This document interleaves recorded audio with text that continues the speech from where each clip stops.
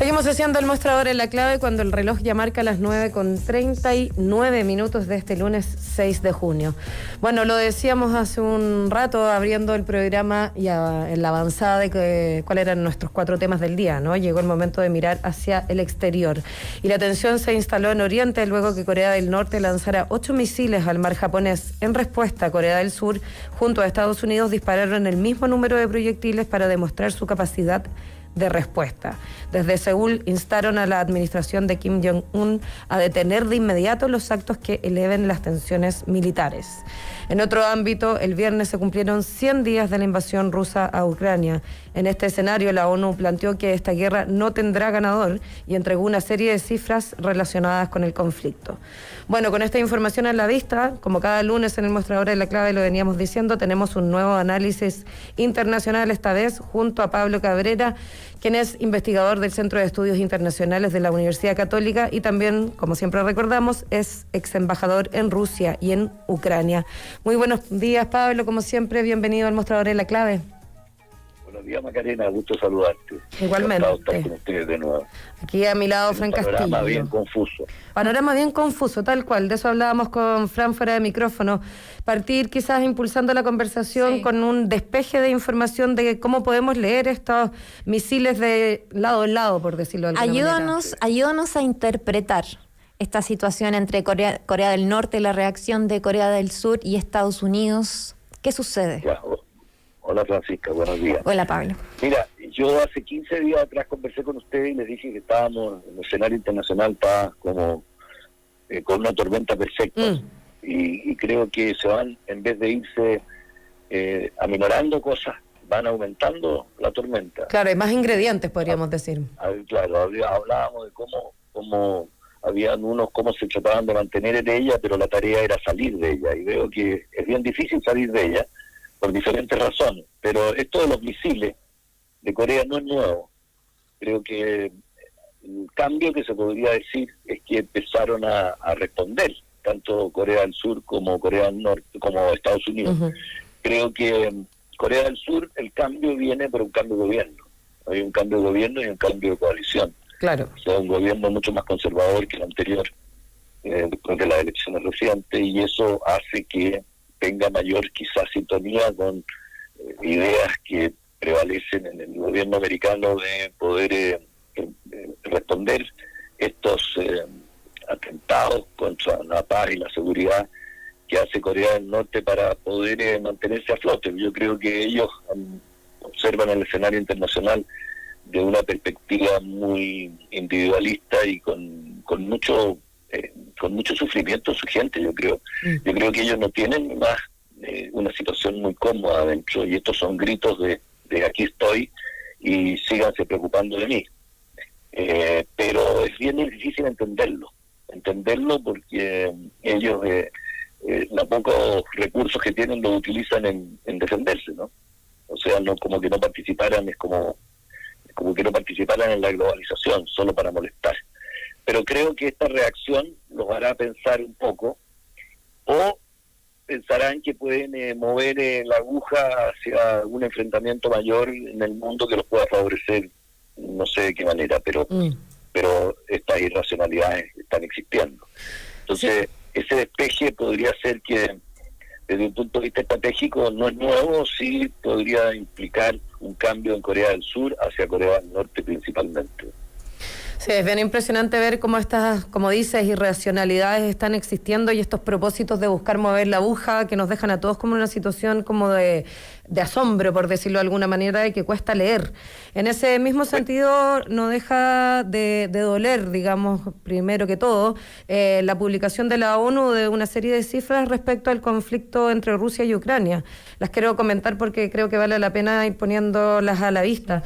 Unas 14 millones de personas dejaron su hogar por la guerra, 4.200 civiles muertos, otros 4.000 heridos, 269 ataques a hospitales y otras instalaciones sanitarias y 5 millones de niños que no pueden asistir a sus colegios. ¿Cuánto más se puede complicar esta situación humanitaria que ya el nivel de drama semana a semana, como dices tú, Pablo, cada vez que conversamos se acentúa, ¿no? Y es cada vez peor. Bastante brutal es la cifra.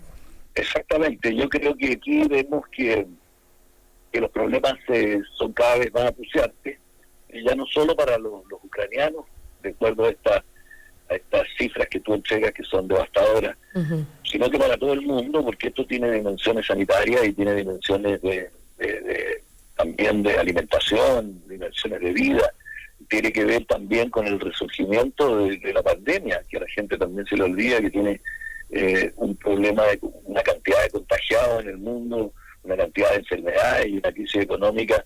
O sea, creo que es muy difícil entender hacia dónde va Rusia, más allá de poder salir o de salvar la cara de este conflicto. No lo entiende mucho nadie, y que cada vez sufre la gente más de ver esta calamidad y esta crisis humanitaria impresionante. Si a esto le sumamos todos los temas de dificultades que hay para la provisión de alimentos, las cadenas de abastecimiento en el mundo, una crisis alimentaria puede haber.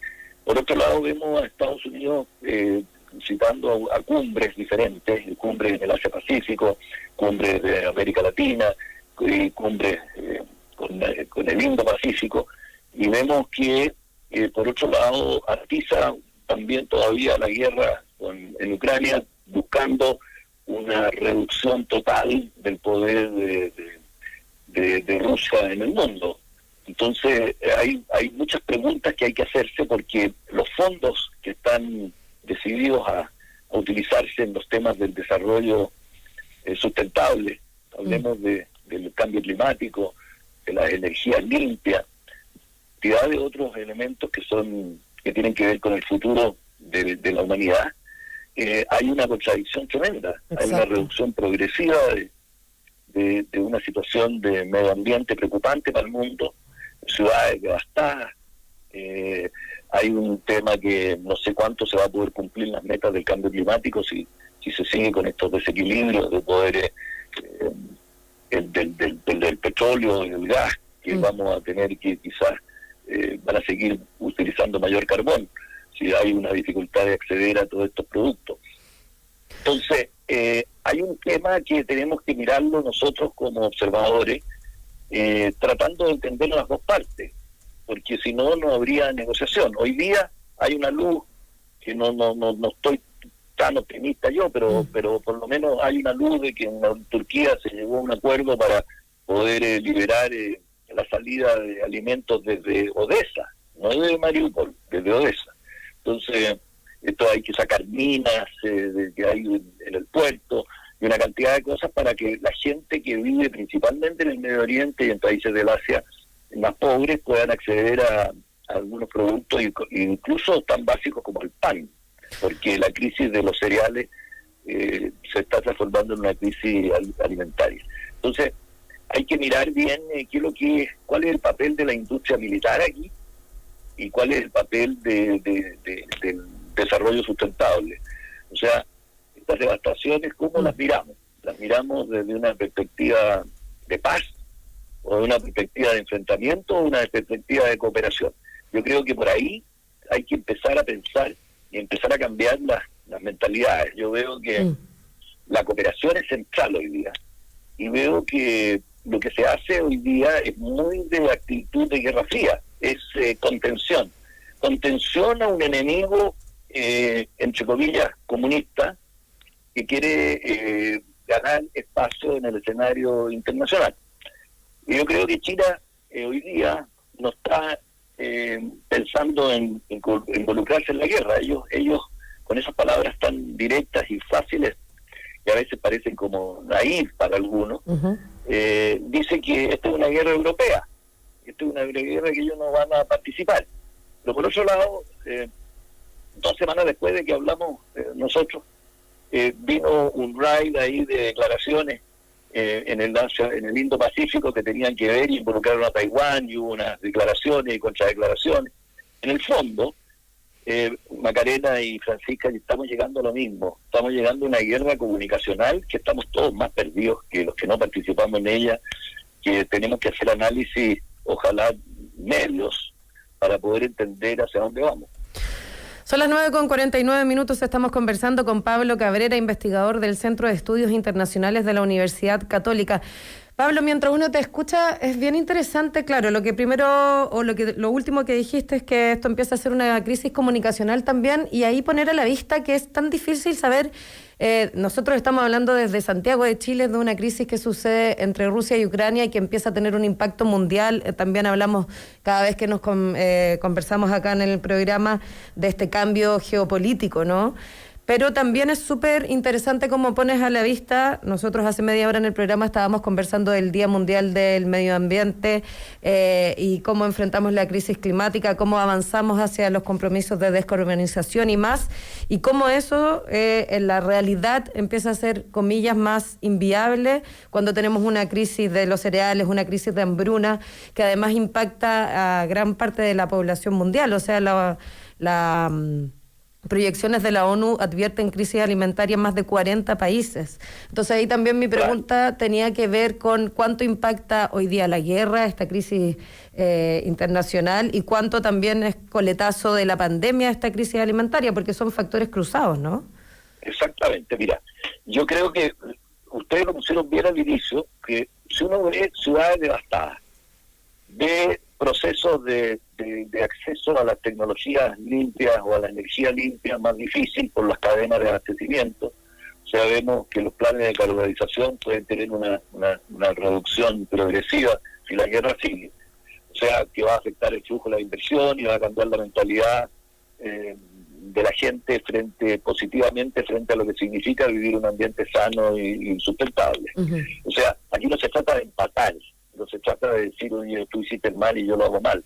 Pero es complicado todo este cuento, porque las crisis cuando son de alimentos y el tema de la energía se transforma en central para vivir, y el tema del desarrollo a través de la minería y a través de los fertilizantes y a través de otras cosas que están impidiéndose, empezamos a ver que los puntos de salida o las puertas de salida quedan siempre determinadas por la arbitrariedad de uno y la reticencia de otro. O sea, hoy día estamos hablando del poder de las tecnologías.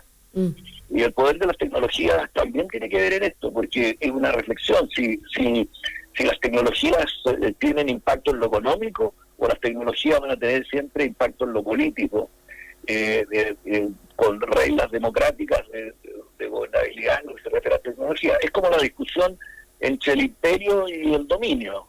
O sea, es una cosa pero tremenda. Estamos como volviendo a los imperios y al dominio de corporaciones o al imperio de algunos estados que quieren aumentar sus territorios o que quieren mantener las reglas del juego a la cultura propia de ellos o a la situación propia de ellos. Yo sé que puede sonar utópico, pero en la formación de diplomática y de lo que se entiende, lo que son los bloques y cómo se maneja el mundo, vemos que hoy día se descuida para algunos, para el hombre de a pie, la pandemia. La gente ya está aburrido de las mascarillas, está aburrido y los números crecen. Vamos a entrar a lo mejor en otra restricción, y eso afecta a la sanidad de las personas, no solo a la sanidad de los países. Estamos viendo eso de una manera tremenda. Y si a eso le suma la crisis alimentaria y la comunicación, es que por un lado se dice que los rusos en una gran mayoría apoyan esta guerra y que los ucranianos en una gran mayoría quieren defenderse y no quieren, rendirse a ningún territorio, pero después vemos las declaraciones de las autoridades, vemos que hay que relativizar un poco eso. El presidente Zelensky busca alguna negociación, dice que Crimea no es lo principal. Después vemos que tuvimos una semana celebrando, y lo sigo celebrando, yo por lo menos lo personal, el ingreso la aplicación de Finlandia y de Suecia a la OTAN. Vemos que Turquía no quiere y la negociación no sabemos cuánto avanza, pero por el otro lado Turquía está haciendo esfuerzos para mediar en la guerra ruso-europea. Con Europa, porque podemos decir que la guerra es con Europa o con la OTAN, porque por un lado entregan armas, no entregan Ucrania, le entregan armas a Ucrania, pero le entrega la OTAN a Ucrania, y Ucrania no es miembro de la OTAN. Claro, lo abastece. O sea, lo afecta. Entonces, por un lado, Turquía es miembro de la OTAN, que con su voto está autorizando la entrega de armamento de alguna manera, y por el otro lado está tratando de mediar entre Ucrania y Rusia, y por el otro lado boicoteando el ingreso de de Finlandia y de Suecia a la OTAN. O sea, aquí hay un tema por eso digo, el tema del dominio económico, el imperio político, porque son discusiones que de reflexión del futuro hoy día con respecto a los regímenes democráticos y a los regímenes vinculantes. Entonces, ¿por qué? Porque tú hablaste del medio ambiente. El medio ambiente, supuestamente ayer en el Día del Medio Ambiente, se entiende que Chile, por ejemplo, acaba de firmar el acuerdo de Escazú, de América Latina tiene un acuerdo de Escazú, que se supone y se espera que sea un régimen vinculante, obligatorio para los países. Pero no sabemos con qué recursos. Yo lo encuentro estupendo eso, pero no sabemos, hay que primero ponerse de acuerdo cuándo van a ser los recursos que vamos a dar para los corredores marítimos resguardados, para las zonas marítimas protegidas, quiénes lo van a hacer, qué países van a colaborar. O sea, todo es muy estupendo y hemos trabajado por muchos años todos por el desarrollo sustentable. Venimos desde la cumbre de la Tierra trabajando, no desde hoy día. Eso es un trabajo de Cancillería y del país bastante largo. Los énfasis son distintos. Claro, se había estancado y ahora volvió a aparecer también lo del acuerdo de Escazú. Exactamente. Yo creo que acuérdate que Chile iba a recibir a la COP25. Como olvidar, como todo se... ¿Cómo olvidar ese momento? Sí. Claro, no era un país que no tenía estándares en cambio climático que había hecho. Mira, y perdona que te lo diga, yo mismo fui presidente de la delegación de Chile prácticamente a todas las convenciones medioambientales internacionales, incluido el cambio climático, entonces, y la biodiversidad, etcétera. O sea, estos son temas que involucran a todo el país, y bienvenidos sean, y que los gobiernos los tomen como punta de lanza, maravilloso. Y yo lo celebro y lo aplaudimos todos. Pero tenemos también que hacer una reflexión seria de cuáles son las prioridades, dónde estamos y cómo lo vamos a implementar, porque si nos quedamos en lo retórico, podemos entrar en un ambiente que estamos viviendo de pandemia, de cortes de cadenas de abastecimiento, de muchas enfermedades mentales en la gente, con muchos contagios, con muchas crisis económicas, alimentarias, y con un tema de autonomía estratégica bien reducido, que yo creo que por ahí va el tema. Bueno, ya son las 9:56, Pablo Cabrera, instalaste ahí un tema que es muy interesante. Vamos a hacer una bajada la próxima sesión que tenemos contigo el lunes 20 de junio del acuerdo de Escazú y cómo salimos de lo retórico a cómo hacemos tangible ahí los compromisos que aparecen a la vista. También eso va a ser un día después de la segunda vuelta en Colombia. Ese va a en las mencionar. Elecciones, claro. Sí. Del 19 de junio, así que ahí tenemos dos grandes temas Macarena, que tratar. Me parece fantástico porque yo creo que a veces yo trato por lo menos de hacer una mirada distanciada de la contingencia para poner los temas y no ser el comentarista, porque tenemos harta información que tenemos que filtrar y que tenemos que desmenuzar. Así es. Así que bueno, ahí seguiremos analizando con tiempo cada uno de los temas. Te agradecemos como siempre, como nos ayudas a despejar e interpretar lo que va pasando a nivel de noticias y política internacional. Que tengas un buen lunes y por supuesto una buena semana, Pablo. Buena semana, Pablo. Bueno, adiós, Francisca, adiós, Macarena, encantado y nos vemos la próxima. Así es, lunes 20 nuestra próxima cita. Y nosotras, Fran, seguimos con el mostrador de la clave mañana a partir de las 8 en punto. Rápido se pasa la mañana en el mostrador de la clave. Así es. Vamos a hacer una consulta también a nuestros escuchas a ver si están de acuerdo con que se pasa rápido la mañana de lunes. Ojalá que sí. Ayudamos, ojalá que sí. Y bueno, en minutos comienza Combinación Clave con Fernando Paulsen aquí en la 92.9, así que la invitación está hecha, que sigan en Radio La Clave a través de radiolaclave.cl y también la 92.9. Muy buenos días, Fran, muy buenos días para todas. Muy buenos días. Cuando eres